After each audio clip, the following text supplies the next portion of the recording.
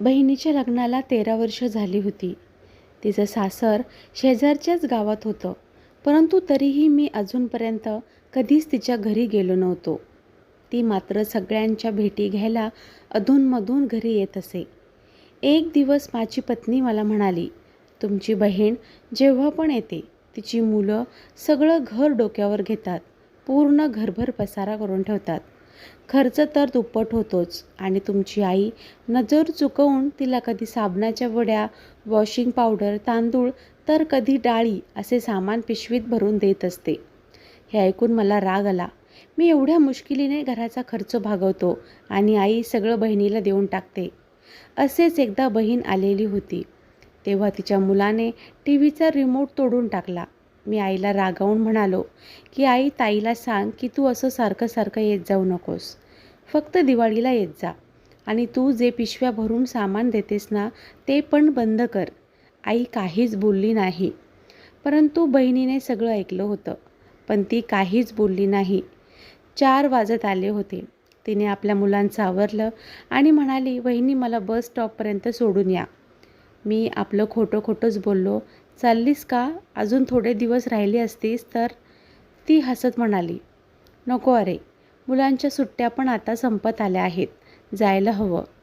एक दिवस आम्हा दोघा भावांमध्ये जमिनीची वाटणी होणार होती. तेव्हा बहीण पण आली होती.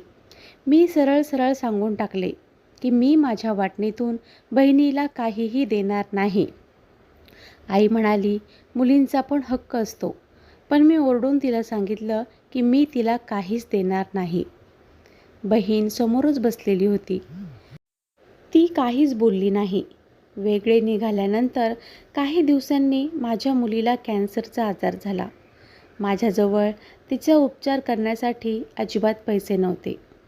अगोदरच 1,00,000 रुपयाचं कर्ज पण घेतलेलं होतं. मी खूप टेन्शनमध्ये होतो. असेच एक दिवस माझी बहीण घरी आली आणि माझ्या शेजारी येऊन बसली. तिने माझ्या डोक्यावरून हात फिरवला आणि म्हणाली, टेन्शनमध्ये आहेस का? मी तुझी मोठी बहीण आहे. तुला मी लहानपणी सांभाळलं आहे, तुला खेळवलं आहे आणि आता बघ, तू माझ्यापेक्षाही मोठा दिसत आहेस. तिने तिच्या गळ्यातून सोन्याचे मंगळसूत्र काढले आणि माझ्या हातामध्ये देत म्हणाली, वेडा आहेस तू, उगाचच टेन्शन घेत बसला आहेस. तोंड बघ जरा कसं झालं ते. हे मंगळसूत्र घे आणि तुझ्या मुलीचे उपचार कर. ती हळूच म्हणाली, मंगळसूत्र विषय कुणाला सांगू नको, तुला माझी शपथ आहे. तिने माझ्या डोक्यावरून हात फिरवला आणि मला 2,000 रुपये दिले. त्यात 50-100च्या नोटा होत्या. बहुतेक तिने बचत करून साठवलेले पैसे होते ते. पैसे माझ्या खिशात ठेवत म्हणाली, मुलांना काय हवं ते घेऊन दे आणि असं टेन्शन घेऊन बसू नको. चल आता, मला निघायला हवं. मुलं शाळेत गेले होते म्हणून म्हटलं पटकन जाऊन भावाला भेटून यावं आणि ती जायला निघाली. माझं लक्ष तिच्या पायांकडे गेलं तर तिने तुटलेली चप्पल घातली होती आणि जुनाच ड्रेस घातला होता. मी नेहमी बघायचो, ती अंगावर नेहमी तोच जुना ड्रेस घालून यायची.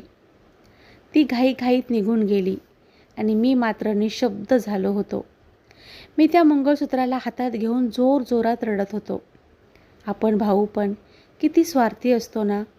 एका क्षणात आपल्या बहिणीला परक करून टाकतो आणि बहिणी मात्र आपल्या भावाचा जरासं दुःख सहन करू शकत नाही. स्वतःच्या घरात पण त्या कितीतरी संकटांना तोंड देत असतात. मित्रांनो, आपण थोडा वेळ काढून आपल्या बहिणीची विचारपूस करायला हवी.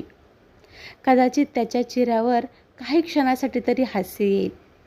त्यांनी आपल्याकडून दुसरं काहीही पाहिजे नसतं. खरं म्हटलं आहे कोणीतरी की बहीण म्हणजे दुसरी आईच असते.